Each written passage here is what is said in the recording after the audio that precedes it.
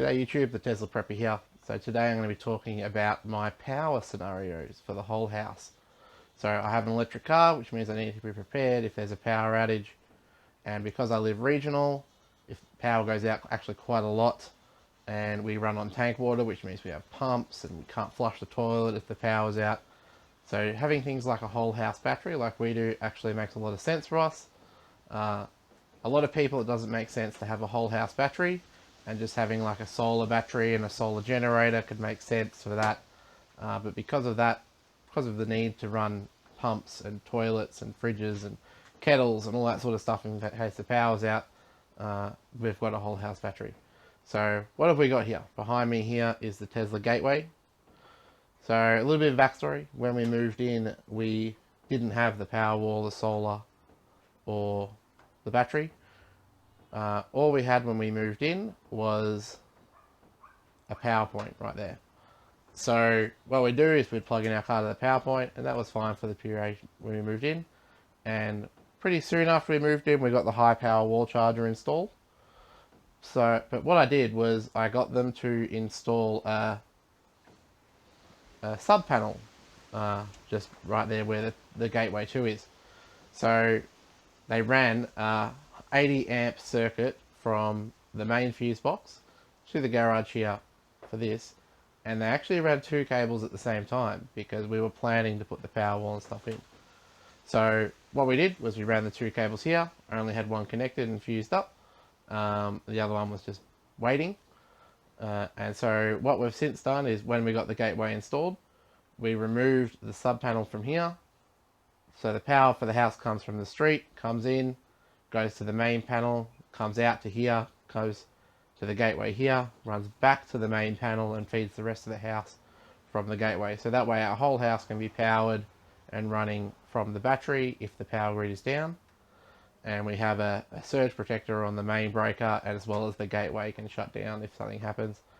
Is it fast enough to deal with an EMP? I don't think so. I think if an EMP goes off, we're still pretty screwed. But anything short of an EMP set of pulses, and we will be able to run off-grid indefinitely. So here we have the Tesla Powerwall2. This is a 13.5 kilowatt hour battery, AC connected. So what happens is the solar behind you, so we have 6.6 kilowatts of panels connected to a 5 kilowatt inverter.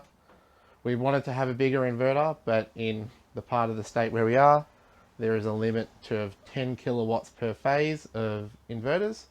The battery counted as 5, so that means that can be no bigger than 5. Not ideal, but you deal with what you can.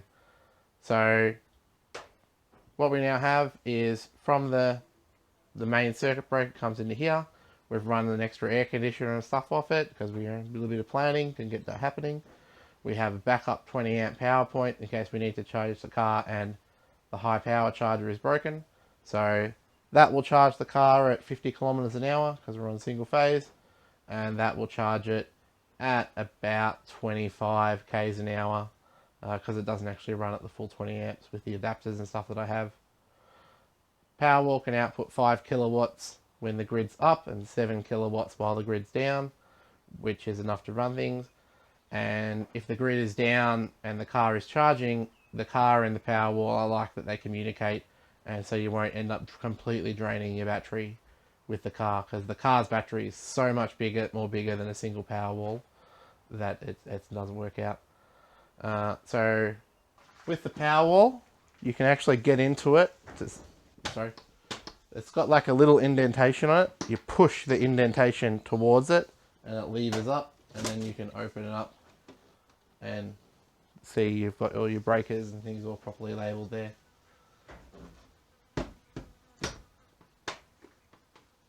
You can connect directly to the Gateway 2, and you can get an administrator code to log into it and do things with the API.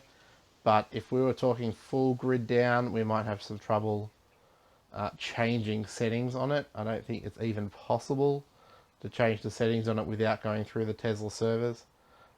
So it's got Wi-Fi and built-in 4G. So I guess if grids and stuff came back up again, but in the end, with the grid down, it will operate in its own manner anyway. You just won't be able to change what reserve battery percentage. But even then, I actually don't think that matters because it'll always just run the battery down to zero in an off-grid. What I'll do now is I'll shoot some B-roll of our power scenario, but this is the main thing. The power comes in, whole house is running off the battery. You know, we can run all of our pumps and air conditioners and heaters and fridge, and over summer we don't pay for any power whatsoever, including running the car. The car ends up being free basically all summer just because we tell it to charge while the sun's out. How that'll go post COVID, and I'm back at work in the city and things like that, and the car's not at home when the sun's out, I'll have to pay for power, but we can export power here, so we get a little bit more money than what we pay for it. So off we go. Thanks for watching.